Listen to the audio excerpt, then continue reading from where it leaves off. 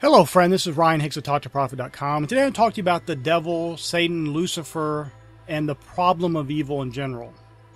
Now, one of the biggest problems is that many people have this view of the devil as being this omnipresent, omniscient, omnipotent being.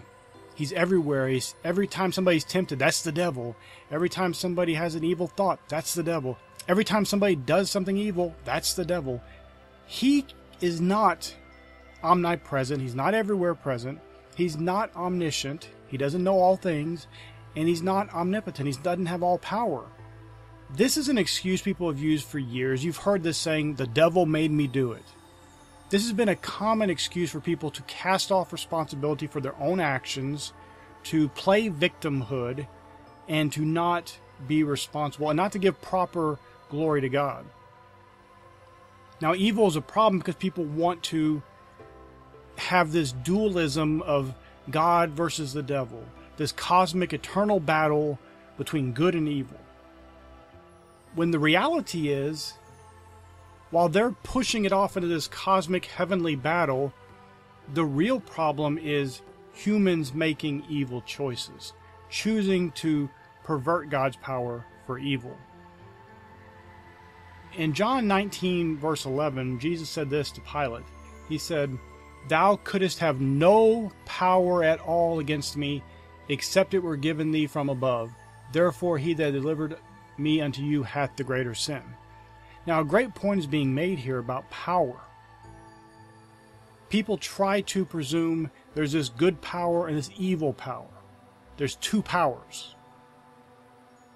And yet that's not true. Now, there are certainly beings that do evil things, but there's not two powers. In God, in Him we live and move and have our being. He is the source, the origin of all power. Romans chapter 13 verse 1 says, "Let every soul be subject unto the higher powers, for there is no power but of God. The powers that be are ordained of God." Now, this is not to say in a Calvinistic way that, everything that happens is God's will. That's not what's going on.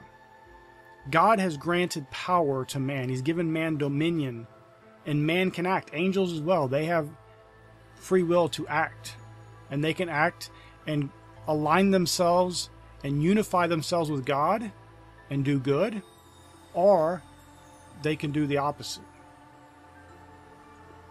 This does not mean there's two powers. There's this evil power and this good power.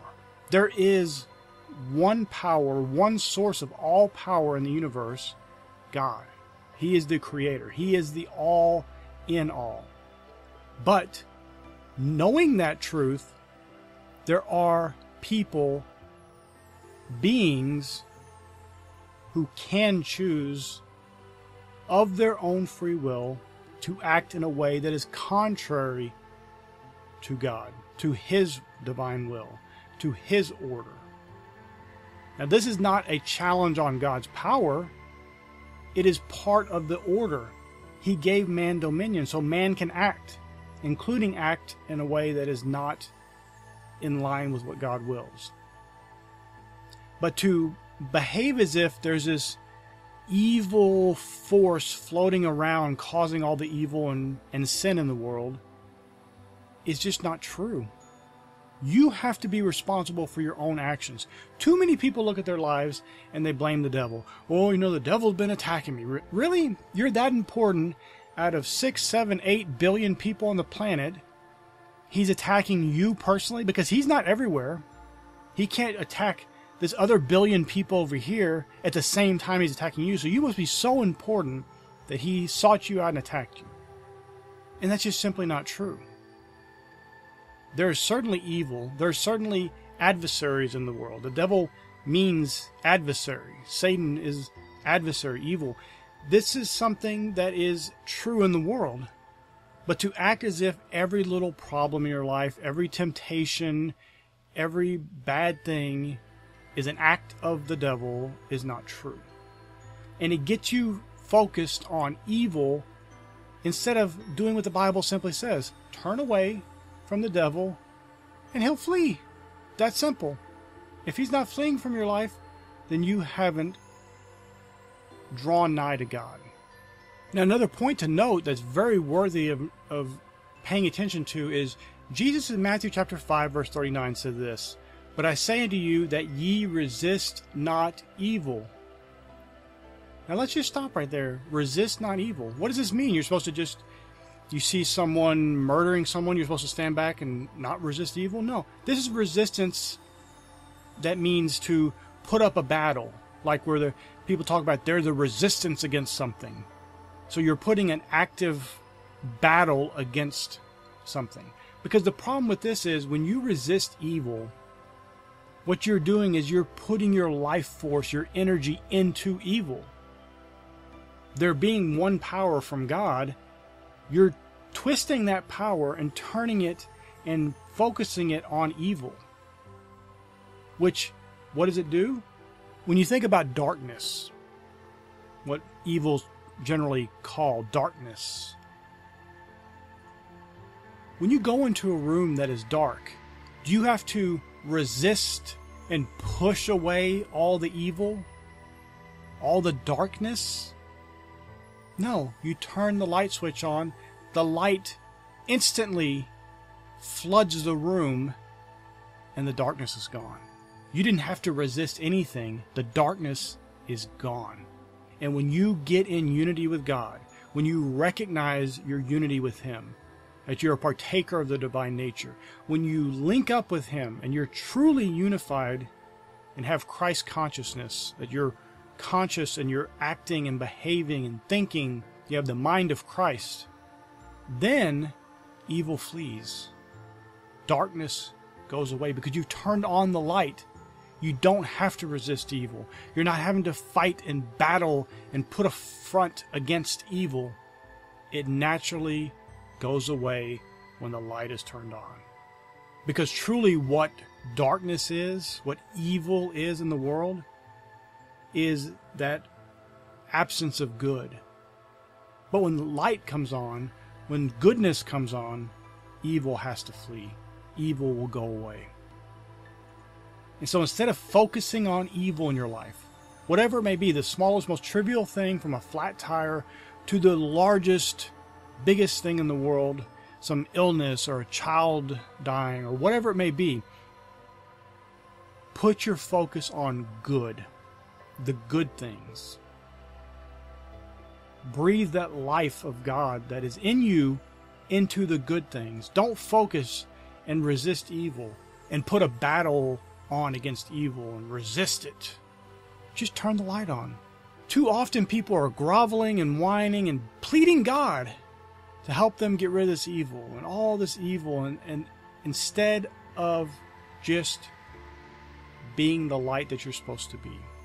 Having that power of God shine through you, that breath of life flow through you to enlighten those good things and bring them to the forefront.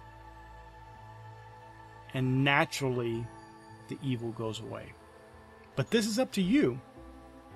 Too many of you are choosing to be around people who basically turn off that light, if you want to use that metaphor, and shut you down from being the light that you are. And you work with people like that, and you associate, and you do things, and you watch television that puts that kind of trash into you, and you read books that put that trash into you, and you're doing all these things that is putting it into you, and then you're wondering why you can't be a light. You're wondering why you're reaping all this evil. That's what you've been focusing on. That's what you've been putting in the forefront, breathing life into, instead of just turning the light on and letting the darkness go away. Stop looking for a boogeyman, a devil under every rock. Stop blaming the devil for everything bad in your life and start taking some personal responsibility. Because the scripture is very clear. God is our source. He created all things. All energy derives its source from Him. How you use that energy is another issue. But are you going to use it for light or darkness? And listen, when you focus on darkness, when you focus on complaints, negativity, the bad things that are going on, Oh, this happened over here. You're watching the news. Think about the news. You're reading and watching the news. What does it focus on? Is there light there? Or is it constant evil, darkness, flooding your soul? And then you're putting that, you're literally putting your life force into that. God's given you this energy, this power on earth, dominion, and you're wasting your time focusing on evil instead of focusing on Him. Instead of submitting yourself to Him, looking to Him as the source of all things, looking to Him as your supplier, looking to Him as your redeemer, looking to Him as your protection.